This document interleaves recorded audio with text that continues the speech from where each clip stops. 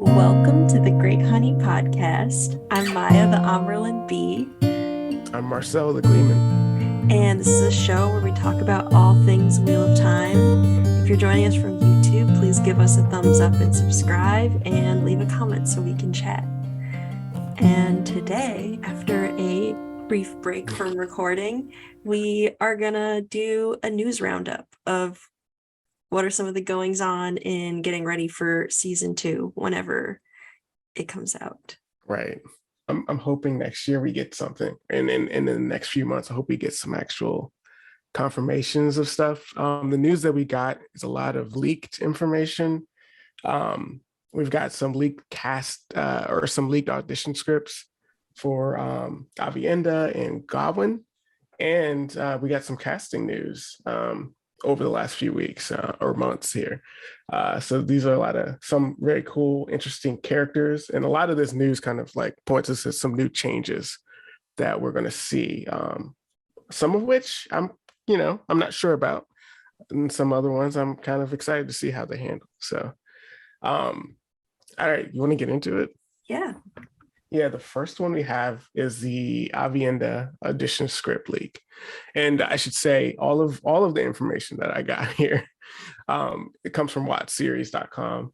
They do a lot of following the filming and the whole production of the Wheel of Time on Amazon Prime. So they're very reliable, but some of this, should be taken with a grain of salt, especially these audition scripts, because these are in the past they've gotten similar scripts in a similar way where they've gotten the audition tapes leaked and then they transcribe them and they use code words in these auditions, so they don't say like Aes Sedai. They might say like some sort of sorceress or something like that. They don't make it very clear, so there's a lot of like sort of guessing what these words might mean. So take that all with a grain of salt. And none of this is, subject to definitely be in the series, but it does kind of give us some insight into how they might adapt these characters in the show. So yeah, for our Aviendha, one of the big things we get here is that she's obviously going to be introduced and being played by Ayoola Smart. And she's going to be introduced to a character she's not introduced to in the series. And as far as I know, they don't, well, we're not going to get too much into that, but they basically introduce Aviendha with Perrin. And one of the bigger changes here too is that it seems as though Aviendha will be saved by Perrin. And then as a result, Aviendha is going to owe him a life debt and it's going to follow and kind of, I guess, follow that obligation to Perrin and kind of follow him and protect him, or try to pay off that life debt for whatever. I'm assuming maybe she's trapped in a similar way, but a character in the book, Gaul, is who Perrin frees, who's trapped in a cage, which we see in season 1 where Matt and Rand see that Aiel that's trapped in a cage. This is a very similar concept for Gaul in the book. He's trapped in a cage, but people are poking at him with sticks and he's like, downtrodden and obviously been in there for a while, and Perrin saves him. So I'm assuming a similar dynamic here, but one of the things I'm saying, I'm interested in this change, but the one thing I'm worried about is I really like Gaul. He's a very cool character, and the life debt that Gaul has, Gaul and Perrin become kind of like really good friends in the series. And they have a good dynamic and they're interesting grouping. So changing that to Aviendha will be interesting. But what do you think? I mean, for one thing, I feel like reading the script, I can totally imagine it being just a chemistry test and not necessarily a real scene. I mean, I'm not sure what the season 1 leaked scripts had, or if they were actual scenes, but I wouldn't be surprised if maybe some things are left out or changed. Also, I will note that the life debt is just called bracket unknown in the script. So I didn't even realize that that's what she was talking about. Yeah. It's actually it's interesting how they're, I don't know that it's expressed in this way in the book. I mean, it's understood that like because parent saves Gaul, he feels like he owes him something. I don't know if it's described as a life debt, but maybe it is. But and there might be an actual old tongue word to describe it. What do you think about the interaction? One thing I noticed on Twitter is that, she's kind of, alluding to maybe an attraction to him in some way, which, is interesting. What do you think about that, like, sort of dynamic? I picked up on that and I thought it was a little bit weird, but right before we started recording, I was mentioning that it's always funny when Perrin is confused about how women are being around him.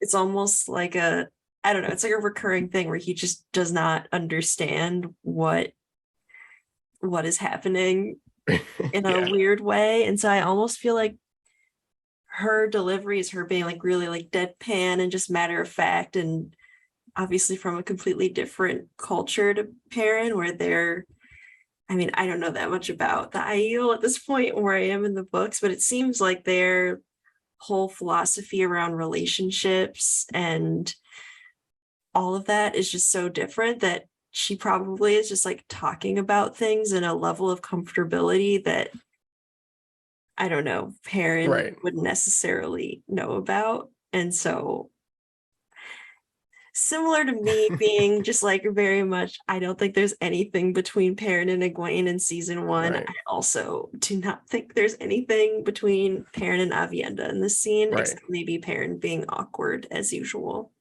Correct. I completely agree. And honestly, I still didn't pick up on the Egwene Perrin connection at all throughout the first season. So I'll stipulate that. But I think one of the things we can say about the Aiel is they're very direct, especially when it comes about, not always, right? They're still human, but like, if they have feelings or an attraction to someone, they don't necessarily hide that. And it doesn't necessarily mean that they're in love or like going to pursue that attraction either. So if they are doing an interpretation of the Aiel, it sounds like this is a good way, at least, obviously the caveat that this is a audition script, but it does seem like they kind of got it in that, Well, the to deadpan read delivery, to read that kind of just thing. what the quote is that I think makes you think that it's Aviendha saying, "You're my blank," and then it says blank again, which I might be a different word, is an Yeah. unpaid debt. You saved my life, so I owe you shelter. And then she says it's not a lover wetlander, which is what they call people not Right. from the waste or the threefold land, which she corrects before then. Yes. So, and then she says, though I wouldn't be opposed, and laughs. And then says like, I won't attack you. So I assume like if I was like watching this on TV, like her saying she's like suddenly like gonna just be with him forever, and he's like the only time anyone's made a promise to him like that was when he got married. He's probably like, oh no. And then Right. she's like, don't worry. So I don't know. Yeah. So I think I don't know. I think that sounds very on point to me. So I'm happy. There's the one part in there, especially in that first one, I think, where they mentioned swords, right? Which is a Thank you, big no-no. Spears.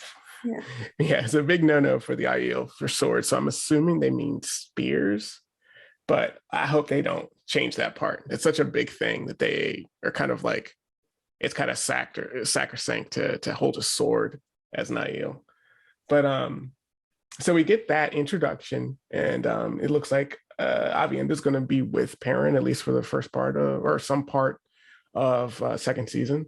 And then we get another interaction between them, I'm assuming later on, where it looks like Perrin is explaining his accidental axing of his wife.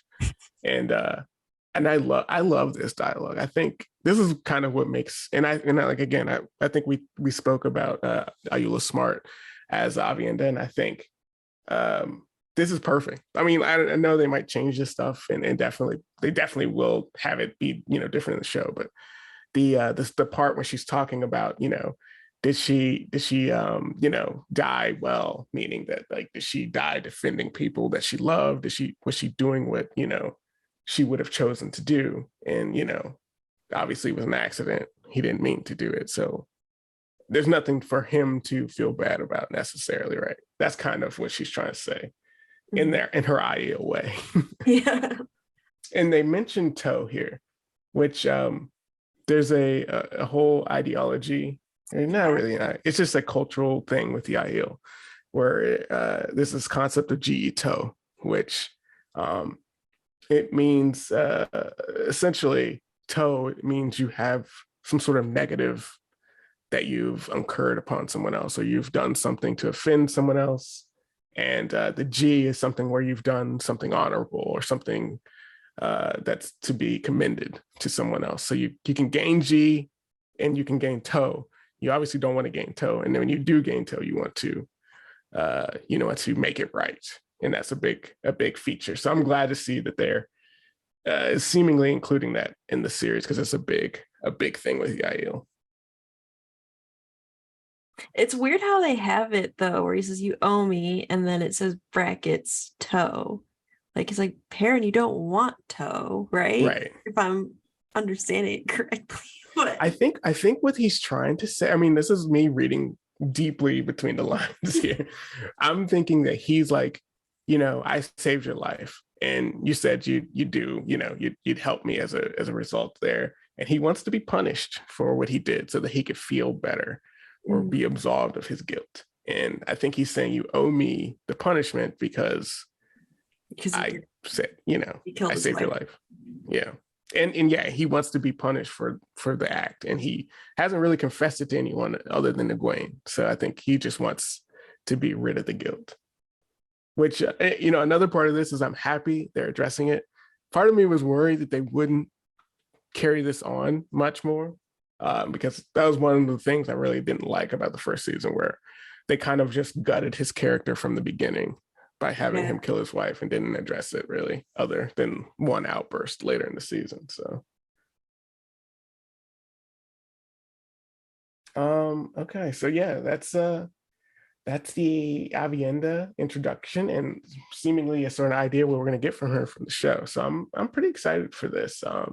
The one thing I'm worried about, like I said, is like that we don't get Gaul. That could mean the demise of, or the non-inclusion of Gaul in the series, which would be less than ideal. But I think there's enough. Never say never.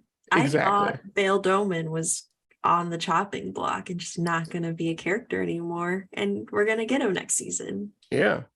So yeah, and there's definitely several ways to include Gaul later.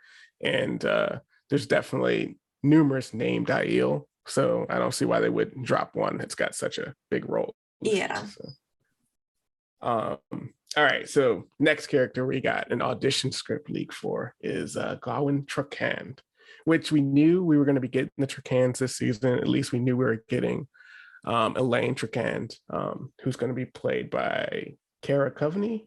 And we went over that before, and so we're finally getting, I think we had some confirmation a little bit. I think I might have seen it from Wad Up on his YouTube channel. John from Wad Up, I think. He said he could confirm that these two characters, the two brothers from the Trakand family, are included in this series. But we hadn't gotten a confirmation yet. And it seems like with this audition leak that he will be included. At least Gawyn will definitely be included in the series, which there was a lot of I don't know how much you follow this stuff, but there's a lot of talk of merging him and Gawyn, or Gawyn and Galad. Yeah. Merging those two characters together. What do you think about him? And I know you haven't read through the full season yet, but what do you think about him being included? Both of these characters, assumingly. I mean, it's interesting because I just feel like looking back on The Great Hunt that they have a pretty small role, like relatively, like they're kind of just like around in the tower, and they all find them attractive or annoying or both. I think both. For the most part, And so that's like all I know, and I like I don't know, attractive, annoying, kind of like himbo And characters slings. are a favorite of mine, and Yeah. Gawyn definitely gives me those vibes. So I'm Yeah. not gonna complain. But I also am like, I'm so curious. I guess I feel like there's so much to cover, especially if they're combining books 2 and 3, that I wonder like what's the stretch of episodes where I'm gonna feel like we're spending too much time on a side character and cutting out things that I want in the Right. series. And that's what I think about. But I like Gawyn and Galette so far. I think they're interesting, and I feel like my impressions of them are probably pretty wrong from a few spoilers I've seen, but I try to earmuffs those as much as I Right. can. Yeah, I think I'm not gonna get into too much spoilers, but I do think Godwin and Galad are characters that, you know, they're kind of divisive in the fandom. So for numerous reasons. And it does seem, based on this script for of Godwin at least, he seems different than I would have. I mean, not super different, but like this dialogue is like, you know, it's different in my estimation. Like it seems like an older Godwin, actually, maybe a more mature Godwin than we saw in the books. So It makes um, sense because yeah, they're of about the same age as the Evansfield Five, so I guess they would yeah, all be aged up too.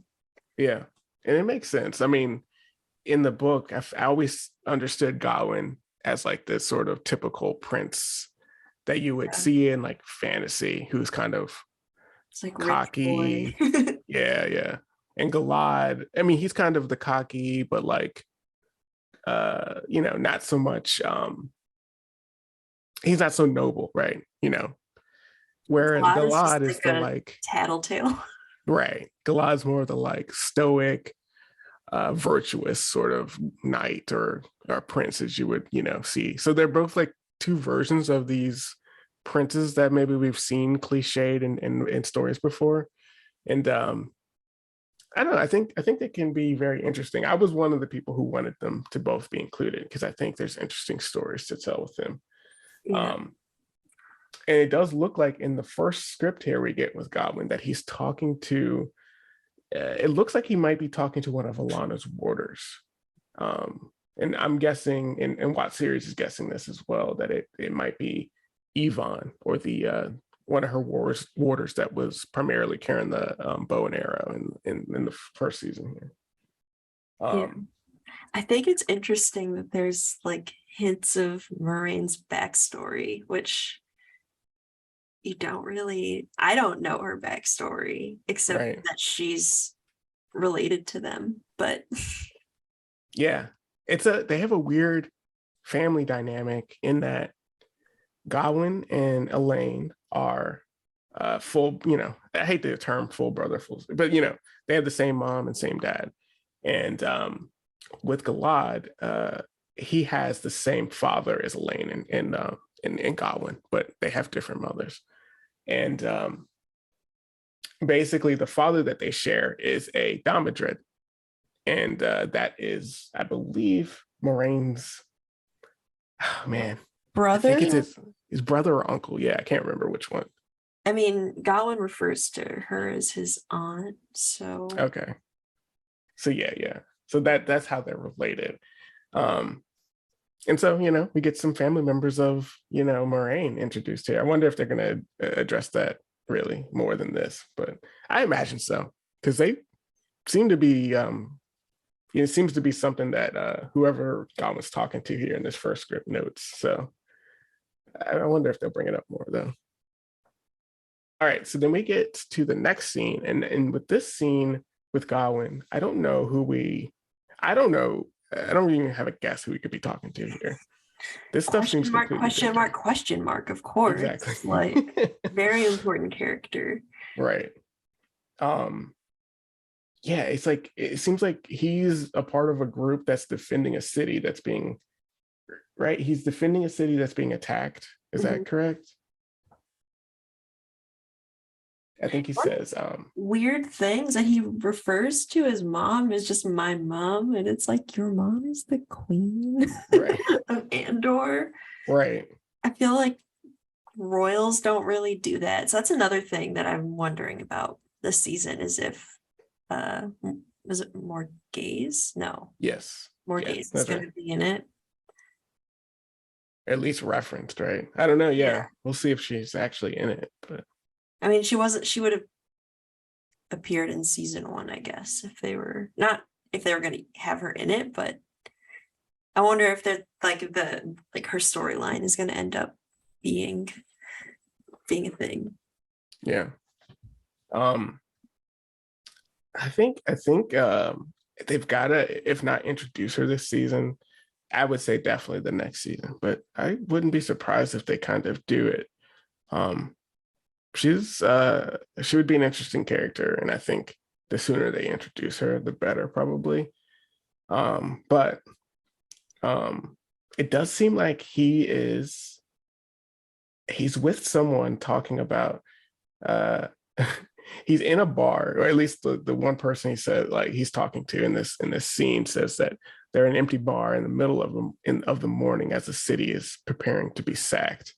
So there's some city that's going to be sacked, and he's with, I guess, whoever's, either protecting that city or just residing in that city, which is interesting because Do you think he's gonna travel to Falma? that's the thing. I'm like, where else could they be? And I don't know really where a city would be sacked. It's definitely a complete Kyrian? different thing. It could be Kyrian. Like I maybe could they're see gonna that. like merge Andor and Kyrian and like have one less city. Honestly, that might make sense. I And know that a lot way of they people would have be, more like Game of Houses things and like yeah. you can get to know more characters that way, maybe. Honestly, it makes a lot of sense, but Just spitballing. yeah, it's a tough call because I mean those are distinct cultures Yeah, that true. so they could, I don't know how they could do it. Maybe they can make it that Kyrie and Andor are a lot closer than we think or something. But yeah, so we'll see. I mean, again with the dialogue here with Gawyn, It's a weird interaction. I don't really know what's going yeah, on. he brings up Ishamael as one of the Forsaken, or one of the people who gave themselves over to the Dark Lord, or the Dark One himself, during the War of Power. So that's good. I think they need to, the more they talk about these guys, the better, I because we agree. need to get introduced to them and understand what their end game is and all that. So What's up with the last dragon? that's Wouldn't what's it be the first dragon? I mean, maybe that's just like some code word stuff, but yeah. I don't know. They did something like this too before, saying that like in the first season they said something about like the previous dragon, or like I don't think it's like a lore departure, but it is weird. They never really refer to the Dragon Reborn or Rand as the last dragon or the new dragon. It's more just like he's the Dragon Reborn, and I assumed that Lews Therin was just called the dragon and not a Dragon Reborn, yeah. but But they did I don't call know. it Dragon Reborn, so I don't know. Yeah, so definitely interesting. Again, all this needs to be taken with grains of salt because we don't know if this will be included, if this is just you know just stuff that they threw into a script so that they can test out different actors. But last season, I guess I should say last season, they had similar leaks, and some of that stuff was exactly as transcribed in the first season. So Interesting. we might take that as an indication that they won't do that this time, but who knows. Thank you for joining us for our 16th episode of The Great Honey. Find us on Instagram and Twitter as @GreatHoneyPod, The Great Honey on TikTok, and The Great Honey anywhere you can find podcasts, as well as on YouTube. We'll be releasing new episodes every other Friday-ish. And emphasis on the ish. Until then, see you around. See you around.